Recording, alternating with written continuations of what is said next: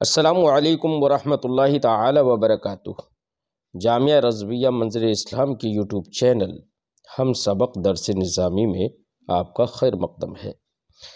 آپ کے لیے ایک اہم خوشخبری، جو طلبہ اور طالبات کسی مجبوری کے پیش نظر مدارس میں پڑھنے سے قاصر ہیں، وہ اب آن لائن گھر بیٹھے عالمہ کورس کر سکتے ہیں، وہ بھی صرف 6 سال میں۔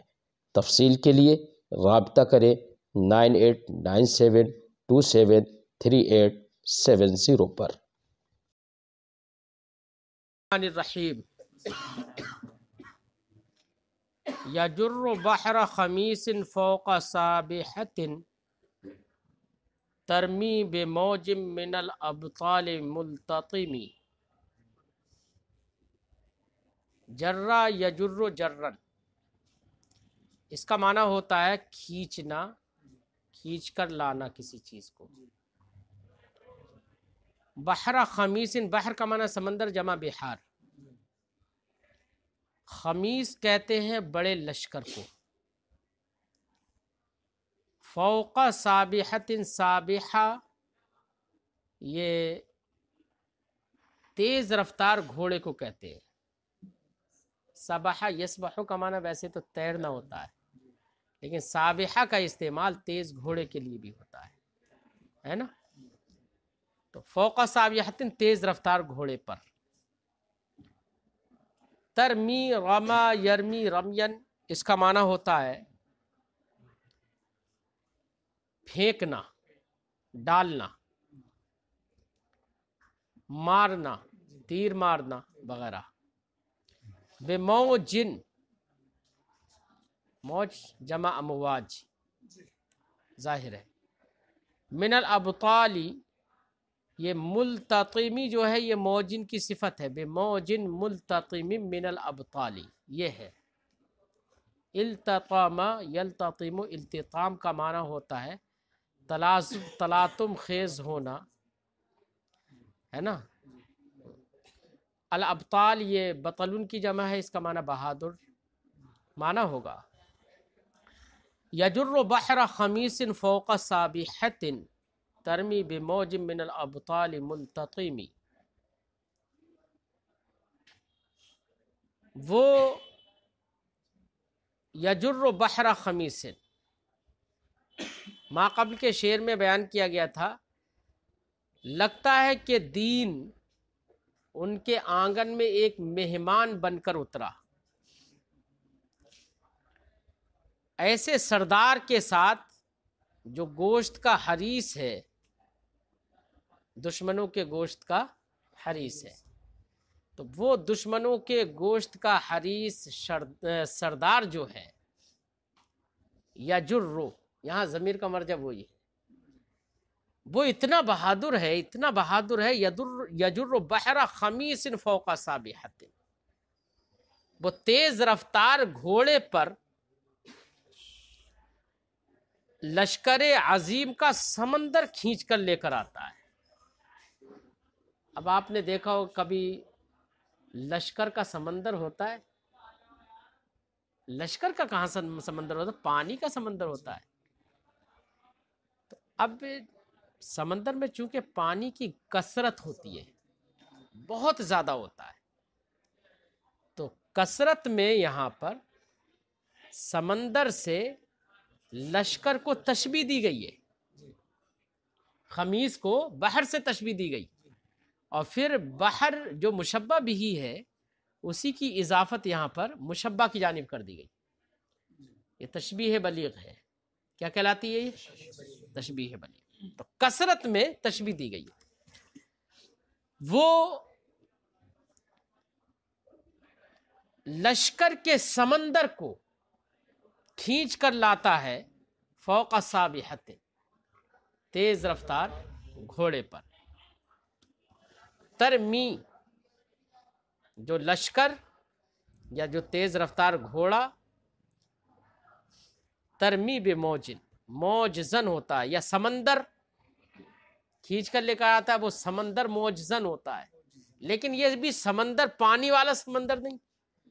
کون سا سمندر ہے؟ من الابطال بہادروں کا ہے نا. ملتطم جو تلاطم خیز ہے. اب مانا ہوگا پورے کا. تیز رفتار گھوڑے پر لشکر عظیم کا سمندر کھینچ کر لاتا ہے. جو تلاطم خیز بہادروں کی موجوں سے موجزن ہوتا ہے. بہادروں کی تلاطم خیز موجوں سے موجزن ہوتا ہے. یہاں پر بحر اور ملتطم اور موج ان کے درمیان مراعات النظیر بھی ہے. ابطال سابحہ ان کے درمیان مراعات النظیر ہے. من کل منتدب للہ محتسب یسطو بمستعصل للکفر مستلمی.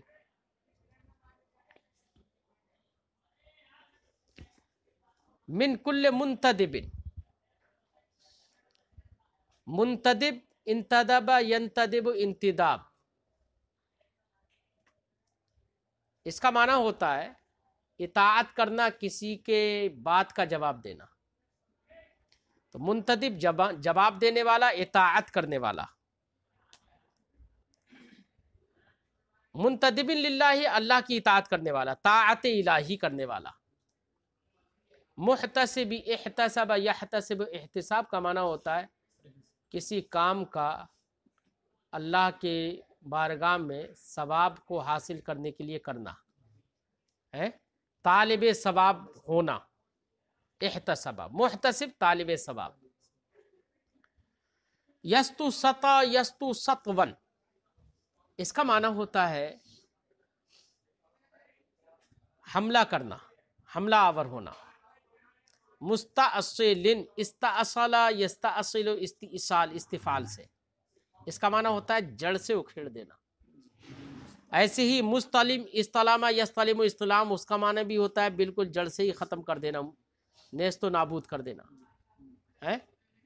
جڑ سے اکھیڑ. مستأصل یہ صفت ہے، موصوف محذوف ہے. بسیف مستأصل، جڑ سے اکھیڑ پھینکنے والی تلوار ہے. یہ معنی ہوگا. اب ترجمہ ہوگا من کل منتدب للہ محتسب. وہ بہادر، ایسے بہادر من کل منتدب للہ جو طاعت الہی میں رہنے والے، طاعت الہی میں رہنے والے بہادر. تو من کل منتدب للہ محتسبی، وہ بہادر ایسے کہ جو اللہ کی طاعت میں رہنے والے ہیں. محتسبی طالب ثواب ہیں، ہے نا. تو طالب ثواب تو تعلق ما قبلی والے مصرے ہی سے ہے. اللہ کی اطاعت میں رہنے والے اور طالب ثواب کی جماعت کے وہ بہادر تھے. یستو بمستعصل للکفر مستلمی، کہ جو حملہ آور ہوتے ہیں ایسی تلوار کے ذریعے سے جو تلوار کفر کی بیخ کنی کرتی ہے، اس کو جڑ سے اکھاڑ پھینکتی ہے. حتی غدت ملت الاسلام وہی بہمی من بعد غربتها موصولۃ رحمی. حتی غدت، غدت بمعنی صارت. ملت الاسلام مذہب اسلام، دین اسلام. وہی بہمی، وہیہ کی ضمیر کا مرجع وہی ملت اسلام، ملت دین. بہم ان کے ذریعے سے. کن کے ذریعے؟ اصحاب کے ذریعے ہے. نبی کریم صلی اللہ، دیکھ ایک چیز پہ مطلب توجہ دینا. یہاں پر نبی کریم صلی اللہ علیہ وسلم کے جہاد کا ذکر ہے، اور ظاہر بات ہے نبی کے سارے جہاد جو بھی ہیں ان میں صحابہ کرام بھی شریک رہے نا ہر وقت. اس لیے اسلام کی رفعت اور بلندی میں صحابہ کرام کا تعاون بھرپور رہا ہے. سمجھے نہیں؟ اب اگر کہیں پر قلت کا بھی اگر ذکر ہوگا تو صحابہ کرام اس میں شریک ہوں گے. اور کثرت کا بھی ذکر ہوگا تو صحابہ کرام اس میں شریک رہیں گے، کیونکہ کثرت اسلام کو شروعات میں ایک غربت حاصل تھی، غربت کا معنی اجنبیت تھی، کوئی تھا ہی نہیں، ماننے والا ہی کون تھا، دھیرے دھیرے دھیرے دھیرے بڑھے، تو وہ اس اجنبیت کا تصور کرو، پھر اس کے بعد دھیرے دھیرے کتنے ہوئے، ایسے ساری طرف ہر طرف اسلام پھیلا، اب اس کا رقبہ جو تھا بہت بڑھ گیا تھا، تو کثرت حاصل ہو گئی اب اسے، اب جب جیسی کثرت حاصل ہوئی تو قلت کے بعد کثرت ہے، قلت کے بعد یہ کس کے ذریعے سے ہوئی ہے؟ وصف نبی کا ہے، نبی کے ذریعے سے اسلام کو سب کچھ حاصل ہوا، لیکن صحابہ کرام کو اس میں دخل ہے بھرپور، ہے نا؟ اس کا یہ مفہوم کہ صحابہ کرام کو دخل ہے، یہ مفہوم یہاں پر اس شعر سے سمجھ میں آتا ہے۔ اور پھر اس شعر کے بعد اعلیٰ حضرت کا ایک شعر میں آپ کو مطلب ذہن دلانا چاہوں گا، وہاں پر فرماتے ہیں حتی غدت ملت الاسلام وہی بہمی، یہاں تک کہ دین اسلام ہو گیا، کیسے ہو گیا؟ وہی بہمی، اس حال میں کہ دین اسلام ان صحابہ کے ساتھ تھا، ان صحابہ کے ذریعے سے ہو گیا۔ کیا ہوا؟ من بعد غربتها موصولۃ الرحم، یہ موصولۃ الرحم یہ غدت کی خبر ہے، ملت الاسلام غدت کا اسم ہے اور موصولۃ الرحم اس کی خبر ہے، یہاں تک کہ دین اسلام صحابہ کرام کے ذریعے سے اپنی اجنبیت اور بے سہارگی کے بعد